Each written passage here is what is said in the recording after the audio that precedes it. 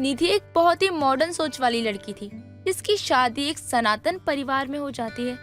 एक दिन सुबह के समय वो वेस्टर्न ड्रेस पहनकर कहीं बाहर जा रही होती है। दूसरी तरफ उसके ससुराल वाले मंदिर में पूजा कर रहे होते हैं। तभी उसके सास अर्चना उसे आवाज देकर रोकती है। निधि बहू, कहाँ जा रही हो तुम इतनी सुबह सुबह? और ये कैसे कपड़े पहने हैं तुमने?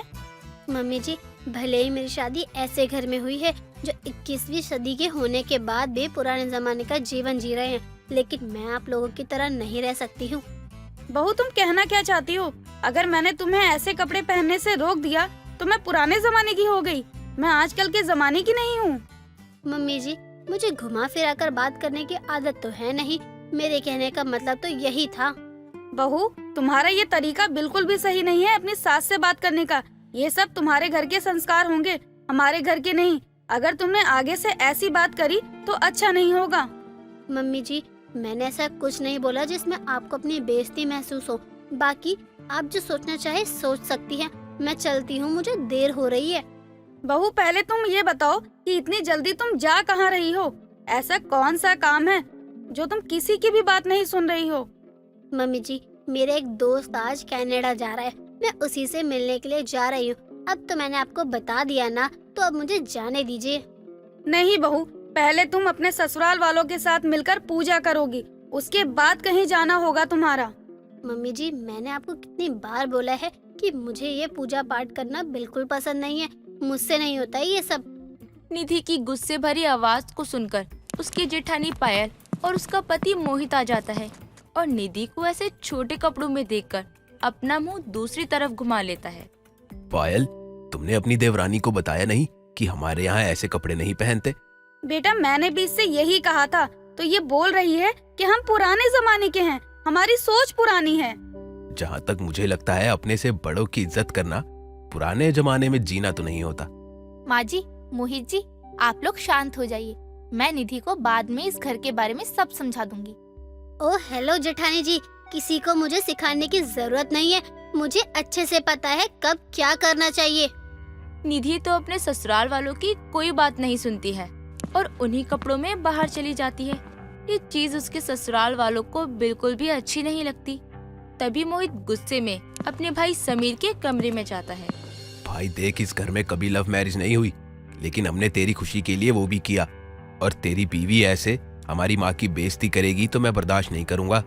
भैया क्या हुआ? आप इतने गुस्से में क्यों हो? निधि ने ऐसा भी क्या कर दिया जो आप सुबह सुबह कमरे में आते ही चिल्लाने लगे? मेरे उठने का भी इंतजार नहीं किया। अरे तुझे तो अपने घर के तौर तरीके पता थे ना, फिर भी तूने ऐसी लड़की से शादी करी। अरे इसे ना तो कपड़े पहनने की अकल है, ना ही बात करने की तमीज। पता नहीं घर वालों ने क्या संस्कार दिए हैं। भैया, आप निधि को गलत मत समझना। वो ऐसी नहीं है जो किसी की भी इंसल्ट करे। वाह, अभी बीवी को आए 4 दिन नहीं हुए और भाइयों के बीच में दुश्मनी पैदा करवा दी।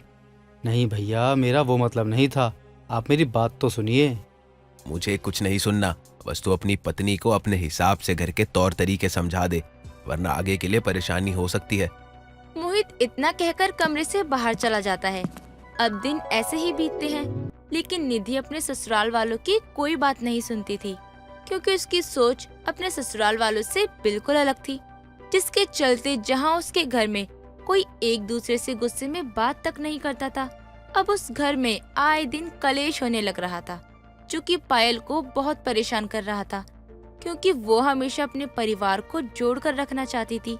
एक दिन अचानक से समीर की बहुत तबीयत खराब हो जाती है और बहुत इलाज करवाने के बाद भी उसकी हालत में कोई सुधार नहीं आता है। तभी पायल निधि के पास जाती है। निधि, मुझे लगता है देवर जी को बहुत बुरी नजर लगी है, तभी इनकी तबीयत में कोई सुधार नहीं आ रहा। अपने घर से कुछ दूरी पर एक मंदिर है जहाँ हर मन्नत पूरी होती है। तुम उस मंदिर में जाकर समीर की तबीयत की ठीक होने की दुआ मांग लो और वहाँ का प्रसाद लाकर देवर जी को खिला दो। देखना, ये ठीक हो जाएंगे। ओह गॉड, फिर से पूजा? सच में कभी कभी मुझे समझ में नहीं आता है कि आप लोग इतनी पूजा पाठ कैसे कर लेते हैं। जेठानी जी, ये 19वीं सदी नहीं बल्कि 21वीं सदी है। इस सदी में पूजा पाठ से नहीं बल्कि दवाइयों से ठीक होता है इंसान। जाइए, जाकर अपना काम करिए। निधि, मैं सच बोल रही हूँ। तुमने समीर को कितने बड़े बड़े हॉस्पिटल में दिखाया, लेकिन सबने यही बोला कि ये ठीक है, इनको कोई परेशानी नहीं। किसी को नहीं समझ में आ रहा कि देवर जी को क्या हुआ है। एक बार वहाँ जाकर ही देख लो। देखिए जेठानी जी, मेरा दिमाग वैसे ही खराब है और खराब मत करिए आप। भाभी आप जाइए, निधि को इन सब पर भरोसा नहीं है तो इसके बस की नहीं है ये सब करना। आप परेशान ना हो। जेठानी जी, अगर सच में उस मंदिर में मांगी मन्नत पूरी होती है तो आप अपने पति के लिए मांग लीजिए कि उनकी कहीं अच्छी नौकरी लग जाए।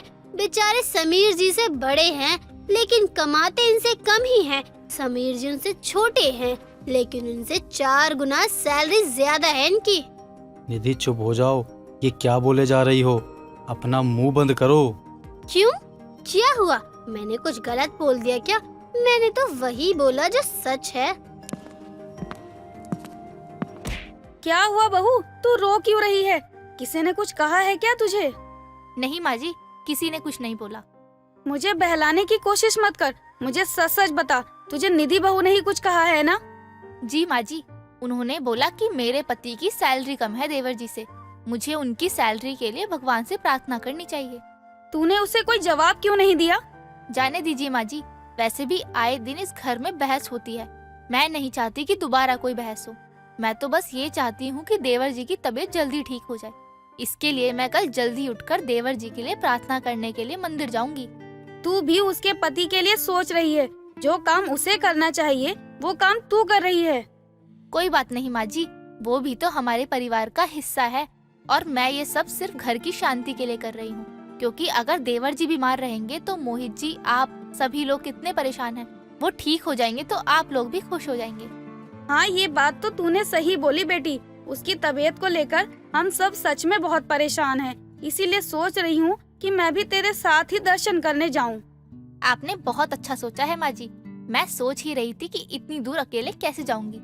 अब आप चलेंगी तो इससे अच्छा कुछ हो ही नहीं सकता।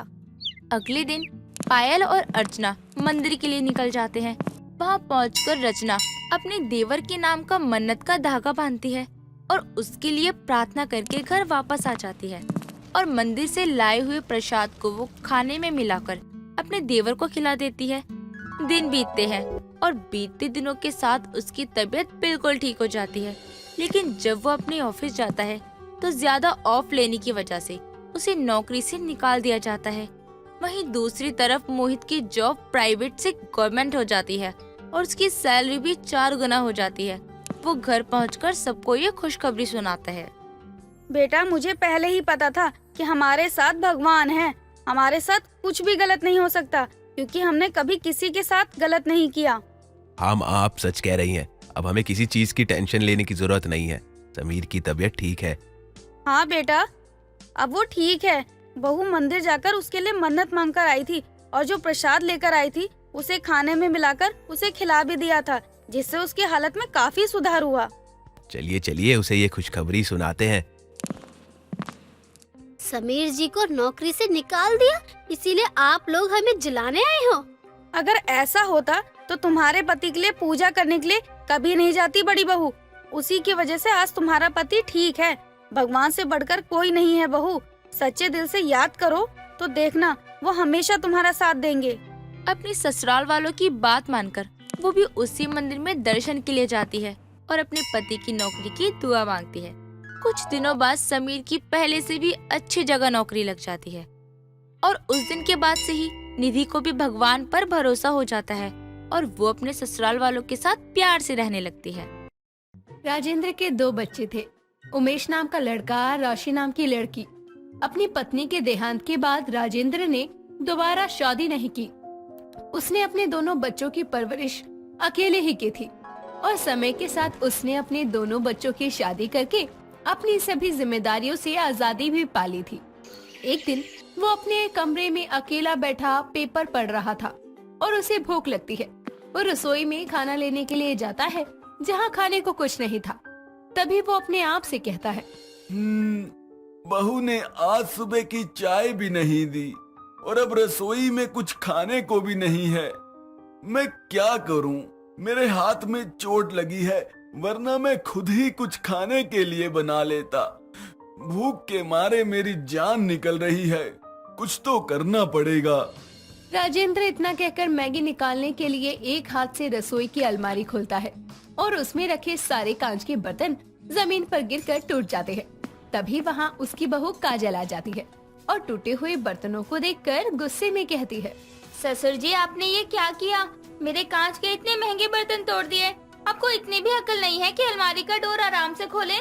काम करने में तो हाथ नहीं बटाते और बढ़ा और देते हो। आप किसी काम के नहीं हैं। आखिर आप यहाँ करने क्या आए थे? बहू मुझे माफ कर दो, मुझसे गलती हो गई। मैं तो यहाँ खाना खाने के लिए आया था। वो क्या है, तुमने सुबह चाय भी नहीं दी मुझे और मुझे बहुत भूख भी लगी थी। ससुर जी, आप तो हमेशा अपनी पड़ोसन कामनी के घर से खा पी कर आते थे। मुझे क्या पता था कि आज आप अपने कमरे में ही पड़े हुए हैं। जैसे इतनी देर भूखे रह लिए, कुछ देर और नहीं खाते, मेरे आने का इंतजार कर लेते। भूख के मारे मर थोड़ी ना जाते आप। मेरा इतना अच्छा कांच का बर्तन का सेट तोड़ दिया एक तो। बहू, ये अच्छा तरीका है अपने ससुर से बात करने का। अब इस बुढ़ापे में तुम मुझे 2 वक्त का खाना भी नहीं दे सकते। मैं तेरे और तेरे पति के लिए बोझ बन गया हूँ अब।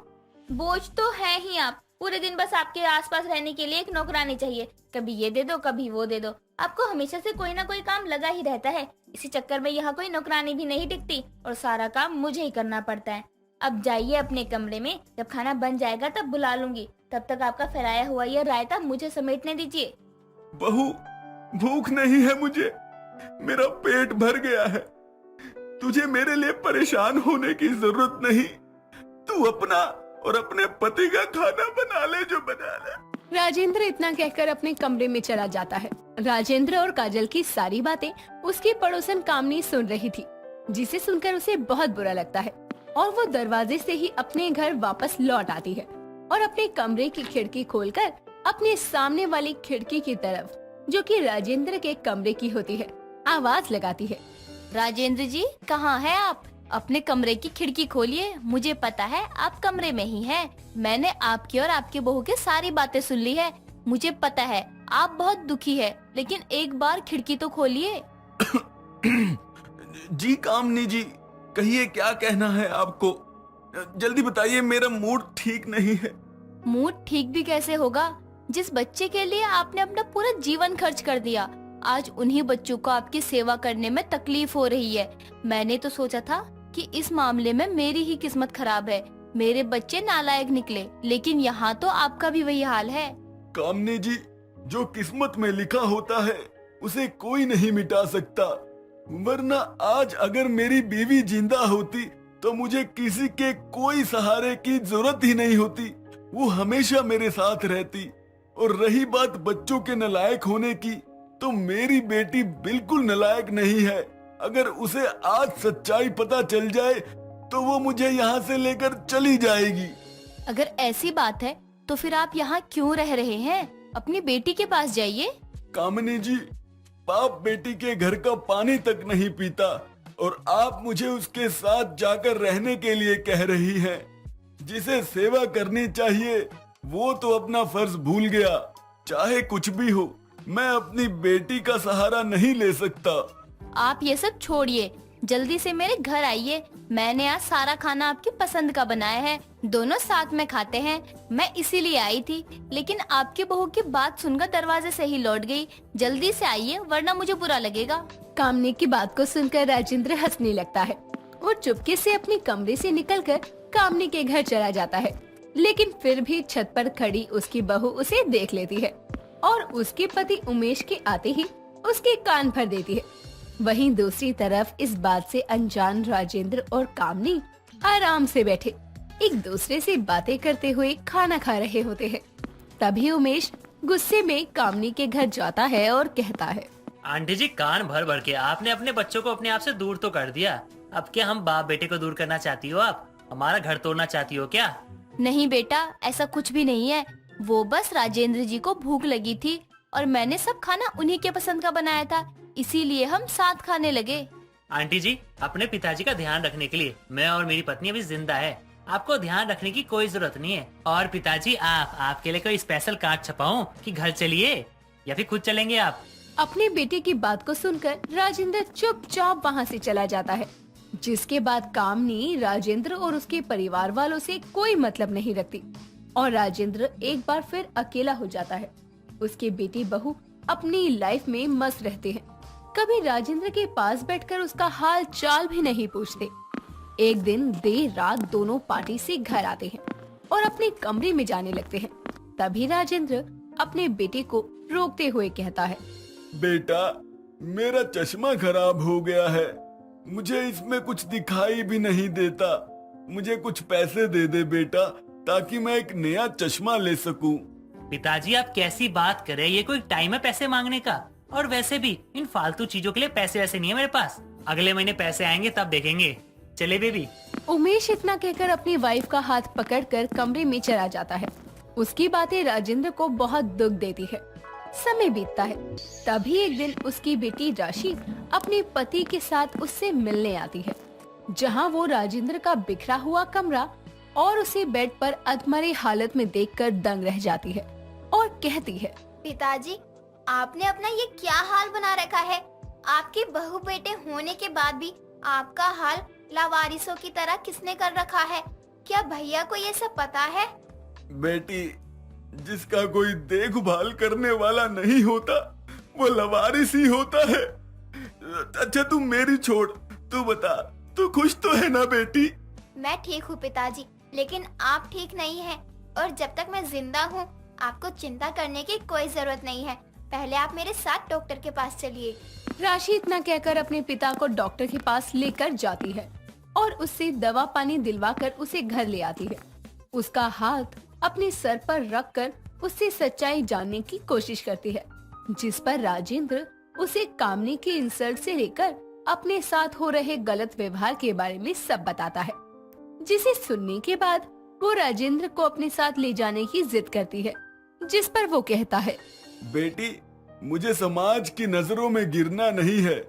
हमारे समाज में बाप बेटी के घर जाकर नहीं रहता। मुझे माफ कर दे बेटी, मैं तेरे साथ नहीं चल सकता। ठीक है, मैं आपकी बात मानूंगी, लेकिन आपको भी मेरी बात माननी पड़ेगी। आपको कामनी आंटी से शादी करनी पड़ेगी ताकि उन्हें आपका ख्याल रखने का हक मिल जाए। और आपको एक साथी, आपने ही बोला ना कि वो आपका बहुत ख्याल रखती हैं। बेटी, इस उम्र में शादी, उमेश तो कभी तैयार भी नहीं होगा। भैया तैयार हो या ना हो, लेकिन जैसे आप उनके बाप हो वैसे ही मेरे बाप भी हो। अब बस एक बार कामनी आंटी हाँ कर दे, उसके बाद मैं अपने बाप की शादी करवा के रहूंगी।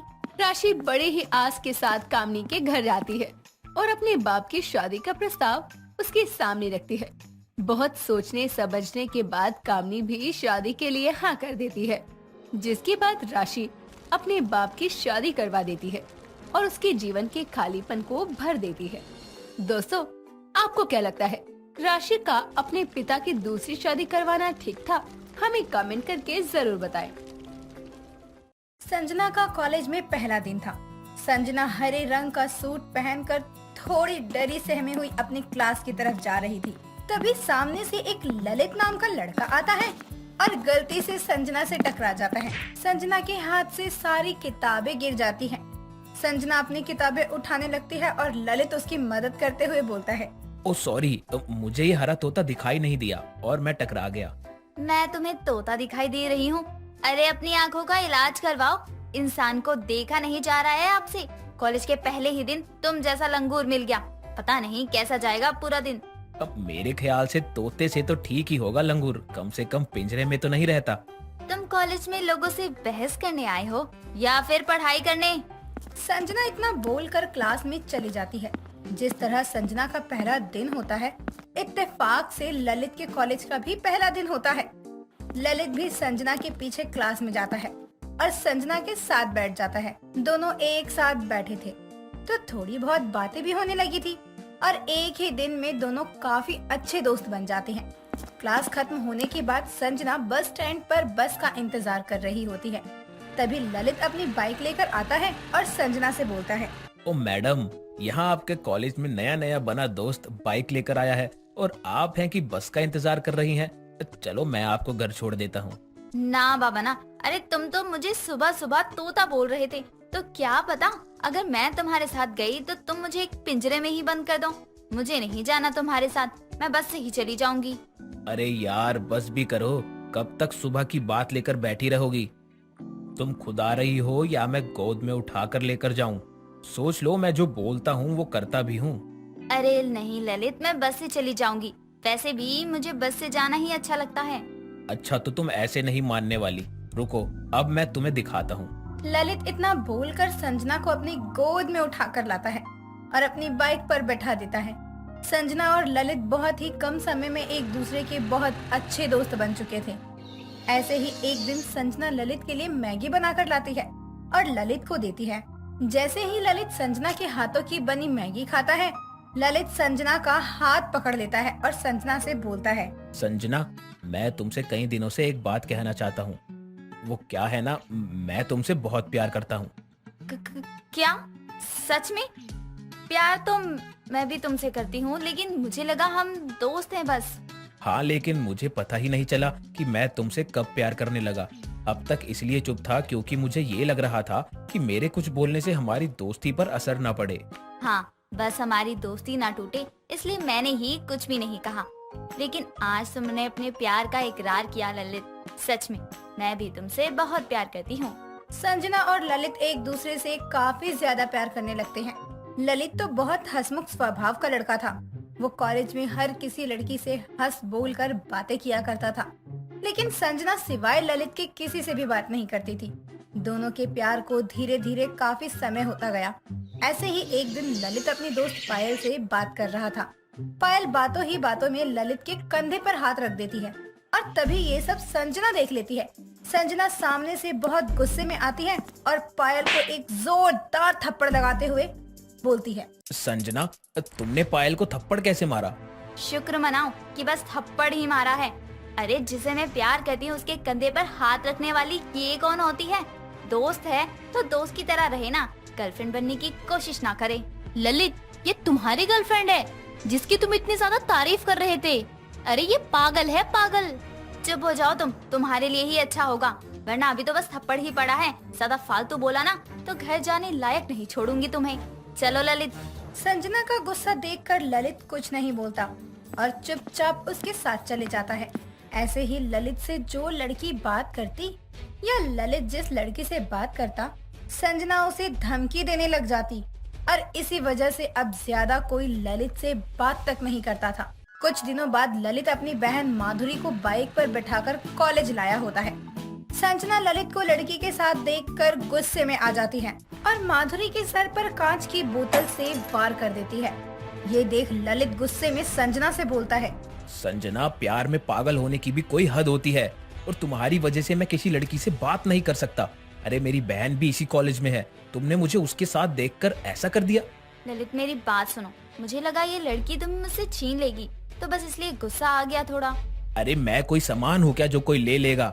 तुम मुझसे दूर ही रहो और मुझे अब तुमसे बात करने में जरा भी दिलचस्पी नहीं है। प्यार में पागल होती जा रही हो तुम। ललित इतना बोलकर वहाँ से अपनी बहन को लेकर चले जाता है। संजना ललित को बहुत मानती है। जहाँ भी ललित जाता, संजना भी उसके पीछे पीछे जाने लगती है। कई दिनों तक मनाने के बाद ललित मान जाता है। एक दिन ललित संजना को अपने घर लेकर जाता है और अपनी माँ उमा से मिलवाते हुए बोलता है, माँ, ये संजना है, मेरे कॉलेज में ही पढ़ती है और हम दोनों एक दूसरे से प्यार करते हैं। अच्छा, तो ये वही लड़की है जिसकी वजह से मेरी बेटी की ऐसी हालत है? अब माँ, वो तो गलती से लगी थी। अच्छा, अब आप ये बताओ कि आपको संजना कैसी लगी?